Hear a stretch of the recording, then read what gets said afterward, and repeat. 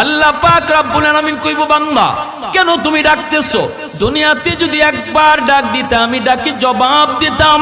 উলামায়ে কেরাম কত তোমারে বুঝাইলো, ওলি আল্লাহরা কত তোমারে ডাকলো, খানকার দিকে ডাকলো, দাওয়াত ও তাবলীগ ওয়ালারা তোমারে মসজিদের দিকে ডাকলো, ওয়াজ মাহফিল ওয়ালারা তোমারে মাহফিলের দিকে ডাকলো।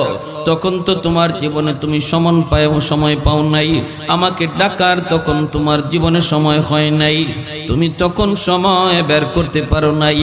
বান্দারে, তখন যদি তুই আমাকে একবার মসজিদে যায় ডাক দিতি, মাহফিলে বসে যদি একবার সুবহানাল্লাহ আলহামদুলিল্লাহ কয়ে ডাক দিতি, আমি আল্লাহ তোর ডাকি জবাব দিতাম।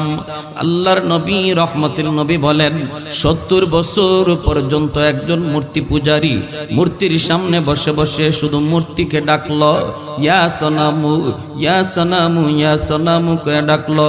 সনামন শব্দের অর্থ হলো মূর্তি। 70 বছরের ভিতরে একদিনও মূর্তি ডাকে জবাব দিল না। একদিন তার মুখ থেকে ভুলে আমার আপনার মালিকের নাম বের হয়েছে। বলতে চেয়েছিল ইয়া সনামু, বলে ফেলেছে ইয়া সমাদু। আল্লাহ পাকের একটা সিফাতির নাম হলো সমাদ। এই নামটা আল্লাহ পাকের অনেক বড় একটা সিফাতি নাম। এই নামটা পবিত্র কোরআনে 30 পারার ভিতরে শুধু এক জায়গায় এসেছে, সেই জায়গা হলো সূরাতুল ইখলাস। কুল হুয়াল্লাহু আহাদ আল্লাহুস সামাদ। আল্লাহ পাকের সমাদ নাম 30 পারার ভিতরে শুধু এক জায়গায়। অর্থ কি? অর্থ হলো যার কাছে সবাই চাইতে হয়, কিন্তু তিনি কারো কাছে চাইতে হয় না।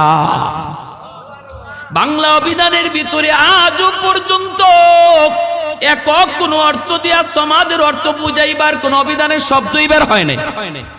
বাংলা অভিধানে এমন একক কোন শব্দ বের হয় নাই। সমাদ শব্দ অর্থ যদি বুঝাইতে হয়, ব্যাখ্যা দিয়ে বুঝাইতে হয়, যার কাছে সবাই চায় কিন্তু তিনি কারো কাছে চান না। এত বড় আল্লাহ পাকের একটা সিফাতি নাম। এই নামটা তার মুখ দিয়ে ভুলে বের হয়েছে, ইচ্ছাকৃত নয়, ভুলে বলতে চেয়েছিল ইয়া সনামু। আল্লাহর নবী রহমতের নবী বলেন, লোকটা যখনই বলছে ইয়া সমাদু, আল্লাহ পাক সাথে সাথে তার ডাকে জবাব দিয়া দিছেন। আর একটু আস্তে কোন সুবহানাল্লাহ। 70 বছরের ভিতরে একদিনও মূর্তি তার ডাকে জবাব দেয় নাই। মূর্তির জবাব দেওয়ার ক্ষমতা আসেনি? আর একটু জোরে কোন আছে নাকি? একবার শুধু আল্লাহর নাম বলে বের হয়েছে, এতে আল্লাহটাকে জবাব দিয়ে দিয়েছেন। তার মানে আল্লাহ পাক কেমন আগ্রহের সাথে তার মুখ থেকে আল্লাহ তার নামটা শোনার অপেক্ষায় ছিলেন। কেমন অপেক্ষায় ছিলেন আল্লাহ পাক, কখন জানি আমার বান্দা আমারে ডাক দেয়।